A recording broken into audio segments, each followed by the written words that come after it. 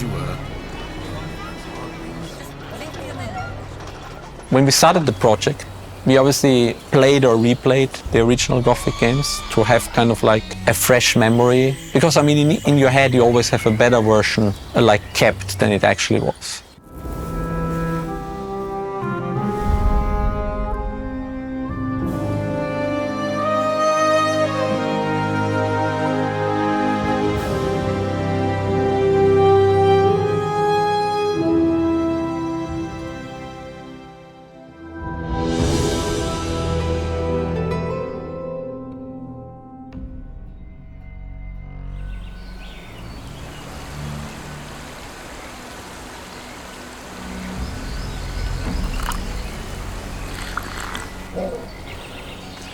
Every team member of the art team got like an art book of Gothic 3, which was the most complete documentation of a type of Gothic game in terms of art. So that was also a good reference point with a lot of the designs and art that we could always go back to. Another thing that I love of the original games in terms of art, it's how easy it was for them to create memorable characters and memorable landmarks. First level that in which we were working back in the days was the ancient monastery. In the original game was like was a pretty empty space, and we tried to give it a twist in order to make it more interesting. And I think that after a few iterations we got it. And the other one that was a very challenging task was the Sleeper Temple. A very big temple with a lot of spaces, rooms, shrines. Estoy especialmente orgullosa de cómo quedó la Torre Shardas y que creo que fue bastante complicado también llevárnoslo a nuestro terreno. Creo que es bastante especial cómo ha quedado y que siempre recordaré pues, todo el proceso que hemos hecho para llegar a unas referencias nuevas, interesantes, a interpretar todo el original, añadir más contenido a todo ese escenario, esa zona, y creo que está muy chulo. I'm sure we all come up with a very big list of pretty memorable places we want to visit again and we recognize. And the same with characters. I mean, you have Diego, Gorn, Shardas, Raven, Gomez. I mean, there's a very pretty big list of memorable people. Our main inspiration was obviously the visuals of the old one, because there was a lot of fine detail in there, although it was just 512 by 512. Or even lower.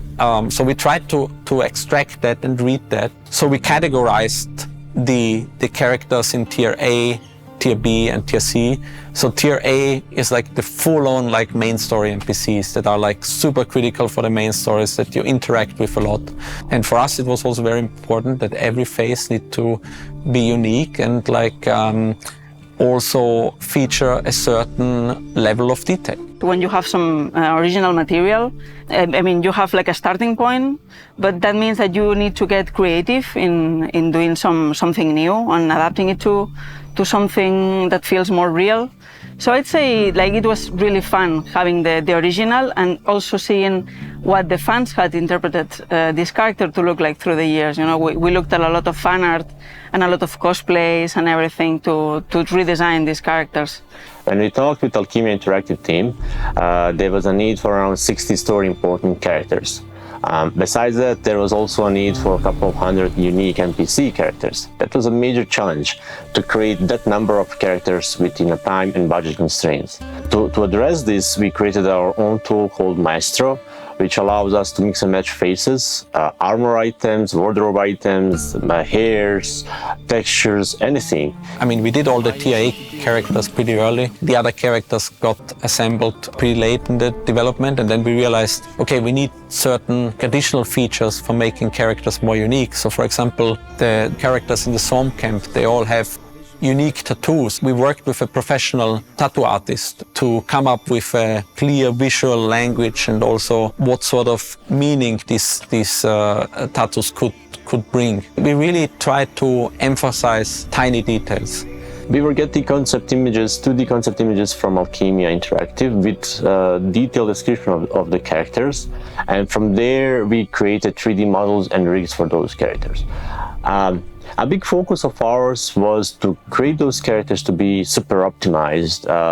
So we ended up creating a system for Unreal Engine that provides twice the FPS than traditional engine evaluation. In short, players will have more FPS. Y luego cuando empezamos con los humanos, las faciales de los humanos sí que los externalizamos en una empresa de outsourcing con G21 y nosotros hacemos como todo el rig corporal y luego agregamos todo el rig facial. Entonces, para combinar y hacer todos los diferentes tipos de personajes, pues utilizamos un programa que se llama Mutable, que está un poco en desarrollo, entonces pues bueno, es un reto de ir aprendiendo y evolucionando con el programa, pero este nos ayuda a poder hacer cualquier cambio de ropa y de cabeza que queramos en tiempo real. I think the most difficult character and the one where we iterated on the most was Diego, because he is also the character you meet at the very first thing, and I think a very beloved character by the fans. So we did a lot of back and forth and iterations over iterations, and then just by luck we actually were able to come up with the perfect concept art where everybody was like, okay, this is it, let's just try to build it out. And I mean, fortunately enough, our partner studio, Gate 21, did an amazing job of converting that concept into 3D, and that's how you end up with the Diego as he is. Could you improve my armor? For the right price, sure. Armor system we have in Gothic Remake, we are going out from levels of armor like the light, the medium and the heavy, and what we are aiming for is for customization for the player. So the idea is you get the armor for your camp and you can improve it, but not just in a visual way, also giving your different defense for different elements. So for example, you can be a rogue and go to talk with Wolf and ask him to, okay, let's improve this armor or change the visuals to have this kind of scarf or wolf fur. But it's not just also a visual things, also give you more for example, point defense for arrows, or more falling defense for move quickly for the war. In the original, it was like every guild had like 2 or 3 armors that were always the same. And we felt like, you know, you meet a handful of shadows, a handful of guards. And it would be kind of cool if every armor has some slight difference in there. So we kind of like added some variation in there. And via that system, we actually were like, well, why not expose it to the player? Bueno, por ejemplo, he trabajado de muchos personajes, los de toda la ropa del Old Camp, por ejemplo, me encargué yo básicamente y creo que al final quedó bastante resultón. Los Shadows, por ejemplo, me gusta muchísimo cómo quedaron, aunque hubo mucha dificultad entre pues, convertir algo tan icónico del original en algo nuevo. I'm Nico, I'm a programmer at Alkimia. And yeah, I'm mostly doing conversation camera stuff. We have a bunch of different presets. Those are basically the shots of the camera. We have different kinds of checks, like we have a big list of all possible presets. So the camera isn't like bugging into a wall or into another character, for example. There are a bunch of different checks. The camera knows, like we make a raycast into the wall. Is there something? There can't be anything in the way. When you think about what could influence the light, of course, like the daytime. Like, is it night, is it day? Big difference. Are you inside a building? Are you outside? Are you like right next holding a torch in the night, or are you without a torch? Of course, it's like a big difference too. For the more important ones, we don't use any randomness. Everything is fully planned. So the designers can like drag the camera where they want, to the lighting where they want, and like press a button so to export it. But they can, in the tool we have, for example, there's like one important conversation, and they can say this line, this one specifically should have this shot.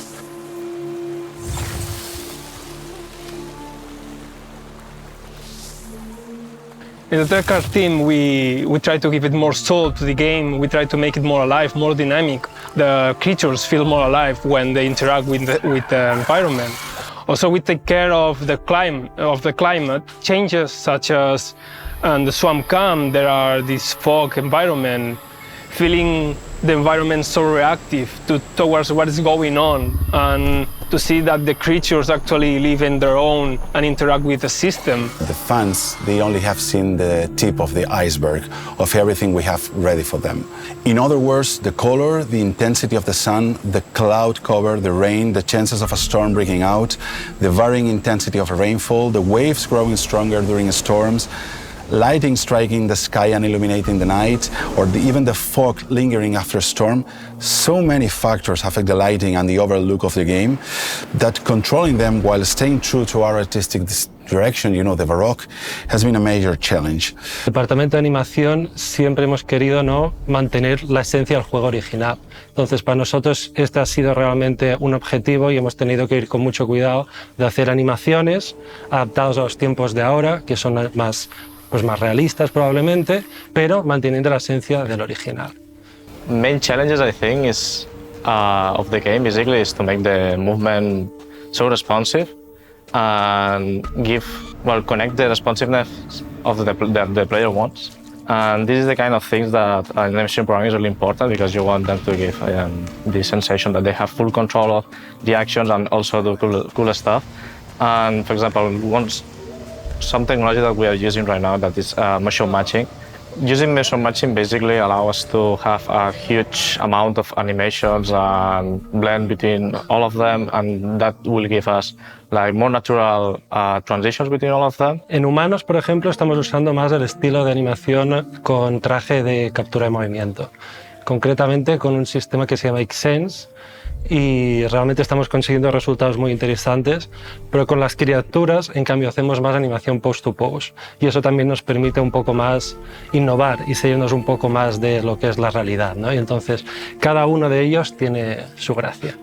El tema de animación, claro, estás creando vida, entonces es muy guay cuando ves personajes que se están moviendo con la personalidad que tú querías, que están haciendo todos los movimientos que querías que hiciera, y verlo, ¿no? En el juego, como en este caso en el juego, en el environment, cómo recorre los lugares.